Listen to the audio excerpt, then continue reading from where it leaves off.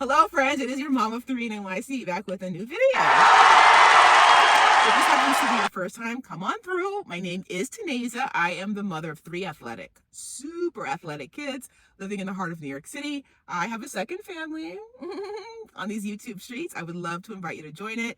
All you have to do is SUBSCRIBE down below. This video, my friends, is a review of Married at First Sight Season 18 Chicago, Episode 9. You into some crazy stuff. Madison returns from flag football, the game that she herself organized, the game that every other couple was in attendance for, and tells Alan that she's annoyed that he didn't show up.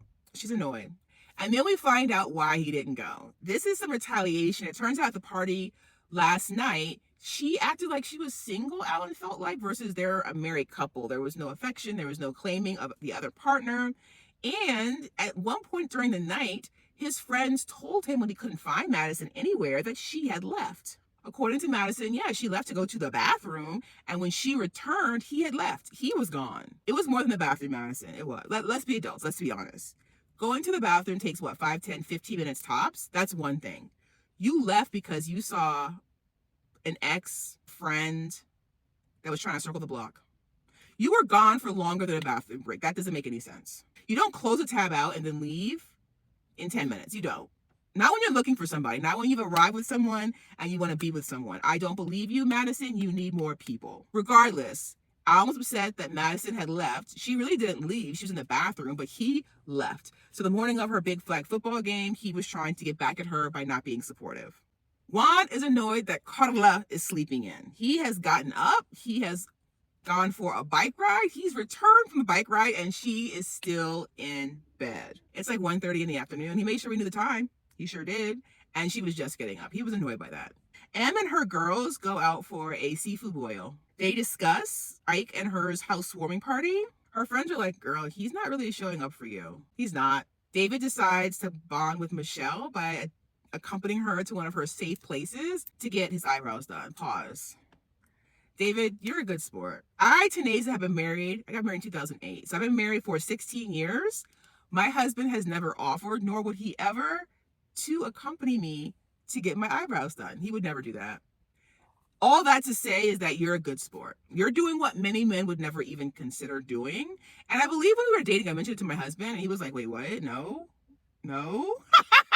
Turns out Michelle's really good friends with her eyebrow esthetician. And when David asks for more intel, she says that Michelle is always positive. Like, wait, this Michelle?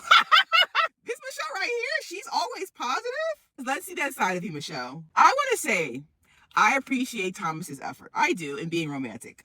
Rewind back to the last night of the honeymoon. He had the entire villa full of rose petals, trying to get sexy time in, and she said, no, I'm going to put on my oversized t-shirt pajama and let you know that we are on the right track, but I am not there yet. He plans this super sweet spa in their living room. She comes home, I think, from work or working out. He gives her a massage, a glass of champagne, bon chicka wow wow. I believe it went down. I do. The fact that he massaged her and then kissed her body while a camera was right there, you're a real one. You're a real one. Carla. Another episode, another affection ask. Again, is asking Juan for affection. She even gives like some of her childhood, how she wasn't raised with it, and that's probably why she really enjoys it and needs that. It's her love language. According to Juan, he's not there yet. I said even hugging, cuddling. Affection doesn't have to be sex. It can be so many other things. According to Carla, if I'm important, she told Juan, you'll make the effort. Actions mean more and speak louder than words. This bowling day with Michelle and David and his friends is an L. It's an L. Instead of David's friends, again, being a buffer for him to Michelle, it turns into a vent session of Michelle to David's friends about all that he's doing wrong. The fact that he curses, not just between the two of them, but in front of her mom. Madison and Alan meet with Dr. Pia. It's so crazy how people have different memories of the same event. According to Madison, Alan's never given her a compliment. He's like, wait, what? Taneza remember all the compliments on their wedding day. You look beautiful. You are gorgeous. You look great. Oh my gosh, I scored here. Oh my gosh, the expert. Like all compliments. According to her, those compliments are for your grandmother. You look nice is something to tell your grandmother. She wants to hear, your dress looks great on you. She has filtered out in her mind what's a compliment to her and what's not. Thomas and Camille are ready for Dr. Pia. They have indeed consummated their marriage. Dr. P is so excited. We get a video from MM, like her diary. She explains that she and Ike went to dinner, was asking him questions, and he raised his voice. And he raised his voice to such a volume that the other diners were like, what's going on there? And she had to ask him to leave. Juan has not yet met Carla's father. I get why that would be confusing for Juan, because Carla wants to make sure that they are confirmed to move forward before introducing Juan to her parents, but yet she wants to be physically intimate with him. I think that there may be a little bit of retaliation here.